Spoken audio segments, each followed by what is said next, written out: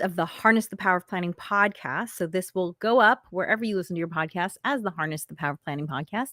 My name is Allegra, and if you're joining me for the first time, welcome. If you're watching live, you can comment. I will see those comments and I will try to respond to them as possible. And if you're listening to the recording, you can also leave a comment. I love to read everything that you have to say. And welcome and thank you wherever you are listening. The podcast is now heard in over 60 countries last time I checked. I might be up to 70 by now. I haven't checked in a little while, but thank you for joining me from wherever you are listening. I'm so happy to have you here. If it's the first time, then a little bit about me. I am a brain science-based productivity and time management expert, and I've written these 4 short read books. They're all designed to be read in less than an hour and give you actionable tips that will help you save time and energy. Who doesn't need more time and energy? We all do. These books are basically the equivalent of creating time in your life. It's like one of those time turner things if you are a Harry Potter nerd. So welcome.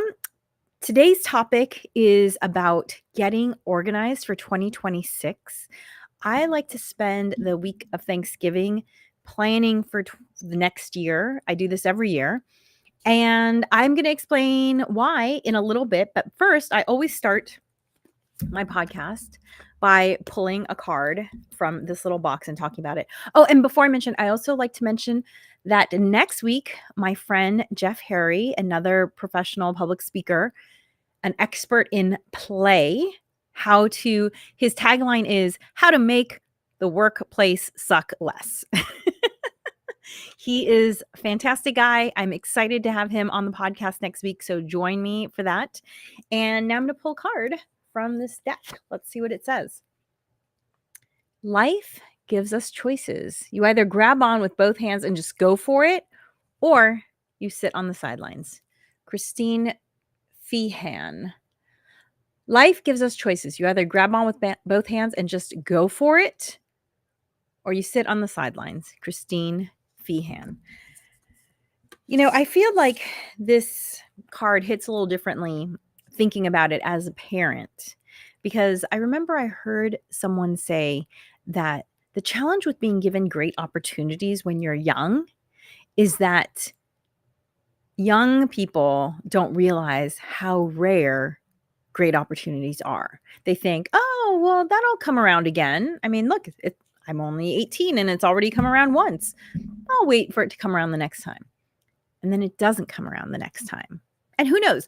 Maybe it's not just because the opportunities are rare, but maybe it's because you said no the first time. And so, you know, that's what you told the universe. And so the universe is listening.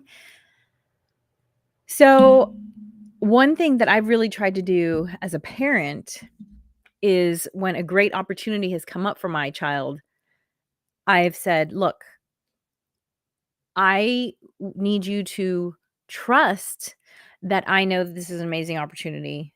It's no skin off your back. You're not doing anything that makes you uncomfortable or that you don't like or anything. You're just kind of like, well, I don't know.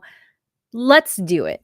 And it's always been fantastic. We've had so many amazing adventures because we have, grabbed life by the horns and gone for it. And I have to say, of all the things that I've done in life, I can only think of one regret. Well, 2. Okay, 2 regrets. And both of those regrets are for things I didn't do, not things I did do. And that's what I think you find is as you age, you regret more the things you didn't do than the things you did do. So the 2 things I regret are, 1, I spent a summer on an archaeological dig in Israel, and I was invited by a family friend, someone who had grown up with, worked in the palace in Jordan. She worked for Queen Noor, and she invited me to come stay in the palace. And I was in love with someone I met on the archaeological dig, and I didn't want to spend a minute away from this person. So I said no to touring the palace. Oh, still regret that. Hey, Tammy, still regret that. If you're watching, such a dumb choice.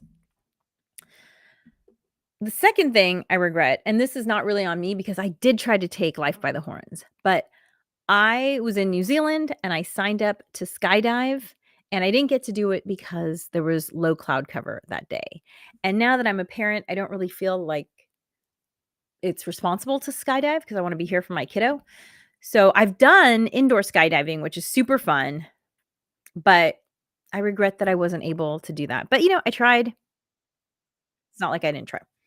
So there you go. Thank you so much, Christine Feeham, for the words of wisdom. Life gives us choices. You either grab on with both hands and go for it or sit on the sidelines. Don't sit on the sidelines because the sidelines are the things that you regret. Okay, so let's talk about why I plan for the new year now. The reason why is that science shows that when it comes to big picture things, you can't just make a decision right now. Like, have you ever had someone ask you a really deep question and you don't have an answer then, but then 2 days later, you think of the perfect answer? Yeah, that's because you needed to think about it. Like these deep, profound questions, like, what do I want my legacy to be? How do I want to spend my year? What's my theme for 2026? Those sort of questions take time to percolate. So the reason why I like to start my planning Thanksgiving week is because it allows me to ask myself the questions like, okay, well, how much time do I want to spend with my family on vacation? Like, how many times do we want to go camping? Do we want to travel somewhere? Where do we want to travel? When do we think we want that to happen? And because those are my top priorities, I put those in my calendar first. And then I think, okay, well, how often do I want to travel to speak? Because I've been doing all of my public speaking within California, but now that my kiddo's getting older, well, actually, I've been doing all my public speaking really within the Los Angeles area. Except now that my kiddo is getting older, I'm traveling further. I made 2 trips within California this year, and next year I'm going to start speaking out of state.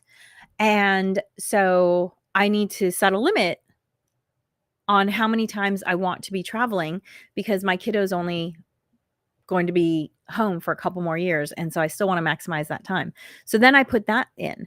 Then I figure out, okay, well, when am I gonna plan a trip? Because once a year I try and get together with my closest girlfriends for a trip. So, figuring out those dates. So it takes time to puzzle together what I want my year to look like, which is why I start Thanksgiving week. The other thing I have found is that I'm the sort of person who gets a little sad as the holidays are coming to a close.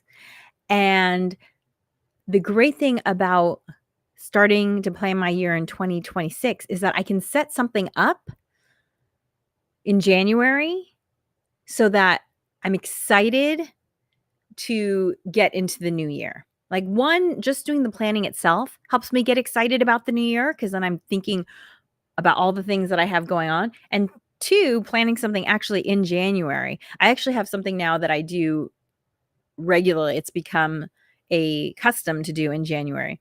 And knowing that I have that event to go to, it's a Jane Austen event, and I love Jane Austen. Knowing that I have that event to go to in January just like perks me up. Like, yes, I'm sad the holidays are over, but hey, I get to go to this event. So that's going to be super fun.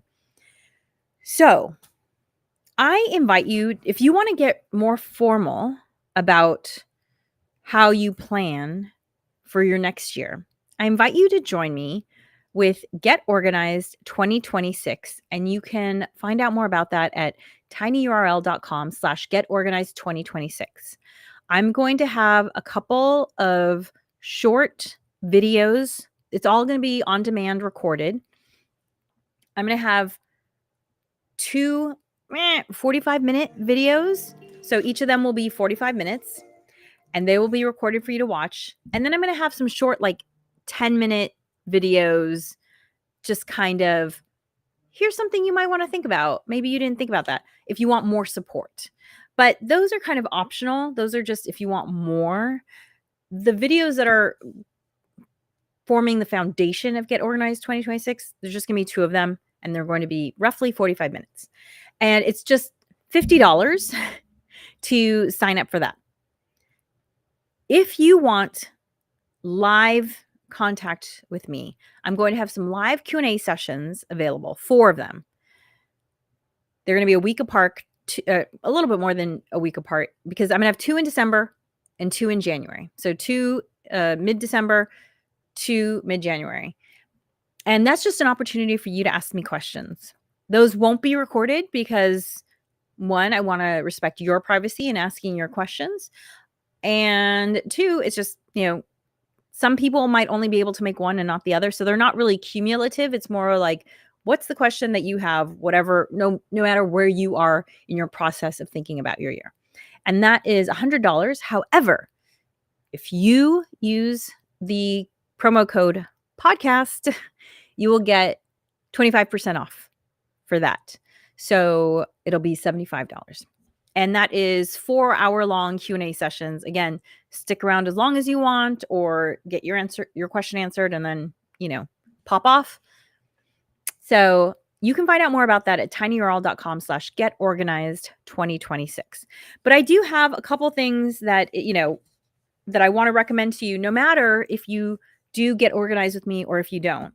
The first is get yourself a planner, because it is December 4th, right? December 4th, yes. Because it is December 4th, I currently am working from 2 planners. My 2025 one, as you can see, it's gotten quite thick, and my 2026 one, which is brand new, because I'm already putting things into my 2026 one. So grab yourself a planner, and I actually have a podcast called How to Pick a Perfect Planner.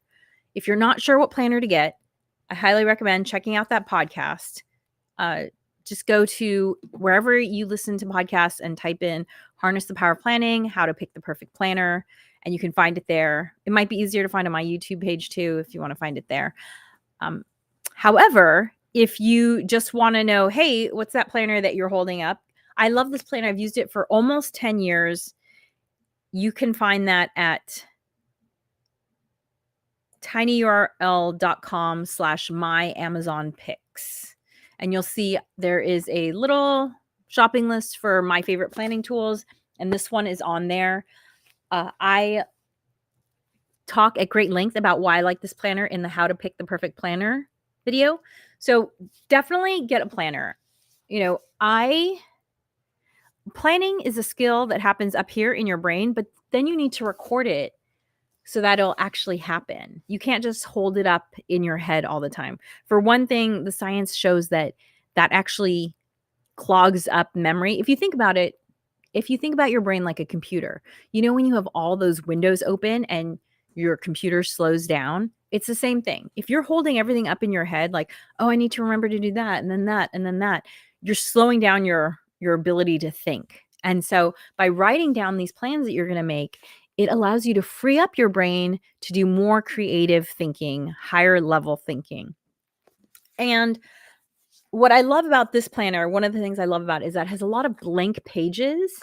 So as you're thinking about your year, you can just get really creative, and you can mind map, or you can just list all the things you want to do, or you can, create like buckets. Like, one thing that can be really helpful in thinking about your goals is dividing it up into personal, professional, spiritual, financial, whatever buckets you want to divide it up into, and then putting the goals under there and seeing like, oh, wow, most of my goals are professional. I guess this is the year of me getting a promotion, whatever. Look, I'm not going to tell you need to quote unquote balance your life. You need 2 goals here and 2 goals there. No, we're all in different seasons. I am in the season where I am prioritizing my family. However, professional has been getting more and more important every year as my kiddo has become more self-reliant and has her own life. So I've been able to allow time to take on more professional responsibilities, and that's been great. So things are shifting. And then in 2 years, when when my kiddo's out of the home, oh my God. Yes, I'm tearing up just thinking about it. Okay. Ugh. I'm going to have even more time to do professional things and also, to spend time with my husband. So things are always changing. I'm not going to tell you which buckets you should have your goals in, but that could be a helpful way to think about it, to think about like, oh, okay, I'm really prioritizing on this topic around this theme. So that's going to be, my theme for this year. Another thing that's really helpful in thinking about your goals, because again, as I said, these kind of abstract questions, it can take time for your brain to percolate.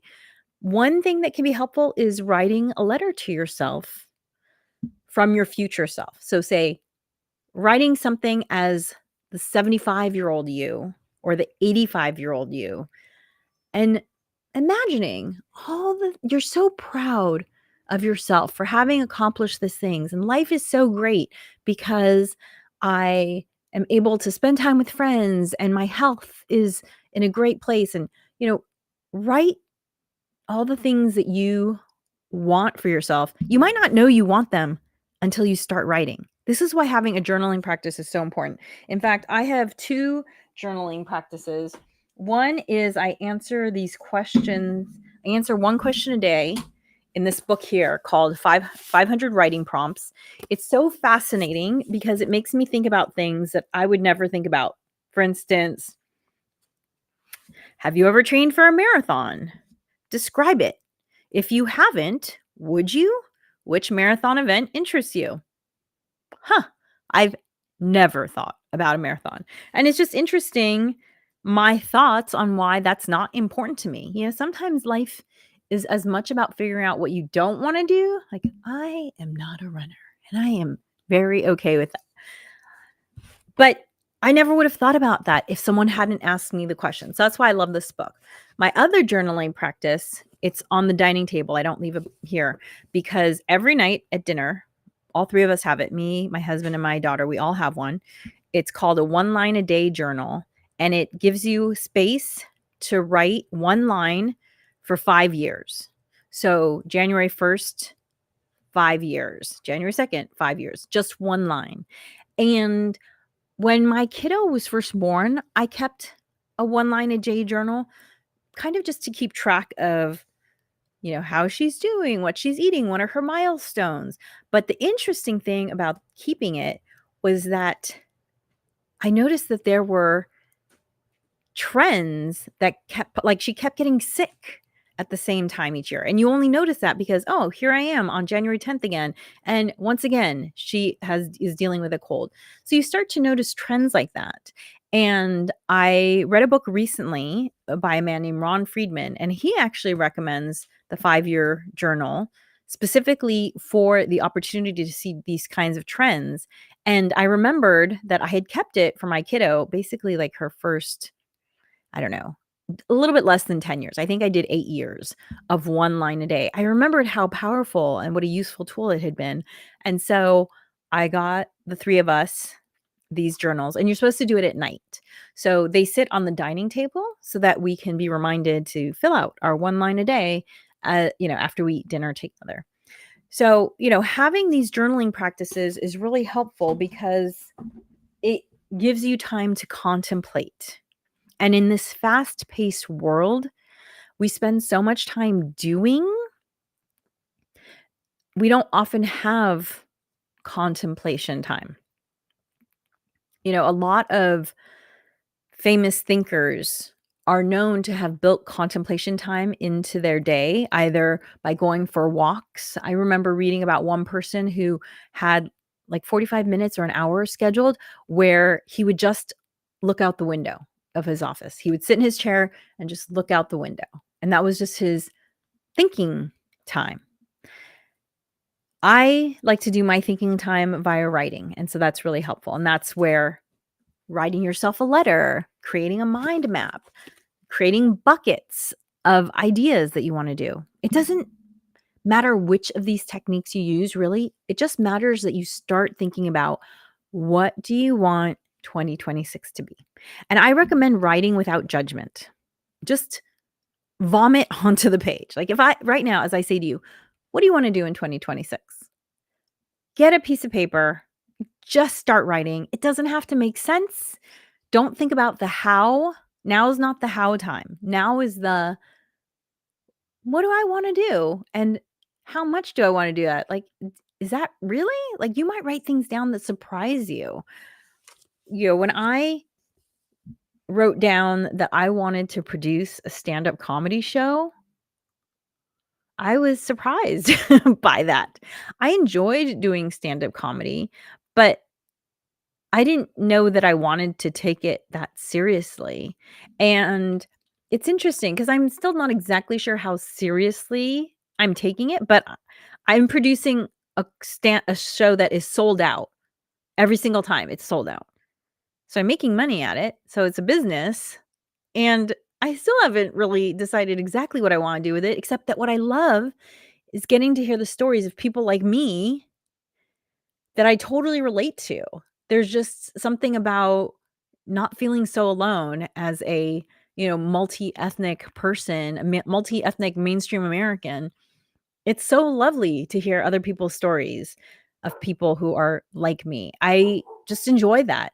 And so I want to create a space for that because without my show, so my show is called Soy Saucy, SOYSAUCEY, Soy Saucy. If you speak any Spanish, you might know that soy means I am. So it's like a double entendre. So my show is called Soy Saucy. And if it weren't for Soy Saucy, I would have to go find these comedians like individually, like one over here, one over there, one over here. I love bringing them together. There's an amazing synergy. I just love watching the show myself. Like I'm creating the show that I want to see. That's what I'm doing. So when I wrote down the goal of I want to produce a stand-up comedy show, that was a surprise to me. And I wouldn't have written it down if I didn't go through these exercises of just generating ideas. Like, I want to do this, I want to do that. Oh, I do? Okay. That's interesting. So that's one of the great things about this planner specifically. And if you're listening to the podcast, tinyurl.com/my Amazon picks. tinyurl.com/my Amazon picks, all one word. You can find this planner under the planning tools shopping list. I love this planner because it has enough empty pages in the back. And actually, I don't know if you can see on the camera, but they actually are bullet pages. So they have all these little dots. So if you want to bujo, that's the nickname for bullet journal. So if you want a bullet journal on these pages, if you want to draw, if you want to create graphs or charts or what Gantt charts, whatever you want to do, there's space for that. And that's one of the things I love about this book, because this book is big enough that I can write my gratitude in it. I can make plans in it. I can take notes in it.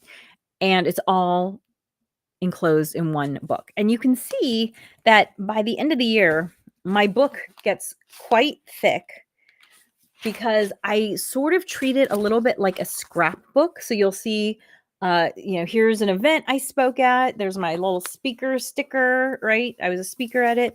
I put those in here. Here's someplace I went out to dinner. They had this cute postcard. I put that in there. I also put, this paper here is a record of a archery competition that my daughter competed in. So, it becomes a little bit like a scrapbook by the end of the year. And I love that. Oh, yeah, I sang at Carnegie Hall this year. Like, how crazy is that? There's my Carnegie Hall program. So, and my kiddos' report cards are also in here. So I love having something that's big enough where it just becomes, a memory of my entire year. And that's what's so great about this planner. And because it's, kind of largish, for those of you listening to the podcast, it's basically the size of a full sheet of paper. So 8.5 by 11. I can't misplace it. I've tried smaller planners, like the size of my books. You can see they're about half the size, maybe 2/3. The size that kind of fits in a purse nicely. These are too small for me. I lose them. So get yourself a planner. Ask yourself the questions, what do I want to do in 2026? Or write this letter to yourself, from your older self to your younger self, and start thinking about what you want your new year to be. And if you want to get a little more tactical with me, I would love to have you join me. go to tinyurl.com/getorganized2026. As I said, it's $50 for the recorded videos, and then it's another $50 if you want to do the live Q&A sessions with me. However, with the promo code podcast, you can get a 25% discount on the package that includes the live Q&As. So those are a VIP package. And this will all be taking place on Zoom or YouTube. You'll get an email about it. I'm trying out YouTube for this format because YouTube has rolled out some new features that I think are really interesting. And that way you don't have to, be on any sort of social media platform or anything like that. It's all just self-contained in that place. So have a wonderful holiday season, no matter what you are celebrating. Happy all your days. And, just do a little bit of thinking now about the new year. And you will be able to roll into the new year with excitement and momentum. And I hope you can join me next week with my friend Jeff Harry. He's an expert on making your workplace more fun, on play. Join me for that conversation. I know it's going to be a blast. I always have fun when I talk to Jeff. And remember to subscribe wherever you listen. It helps me with the algorithm, helps me know what content you are responding to, and it costs you nothing. So thank you so much. And remember, planning makes everything easier.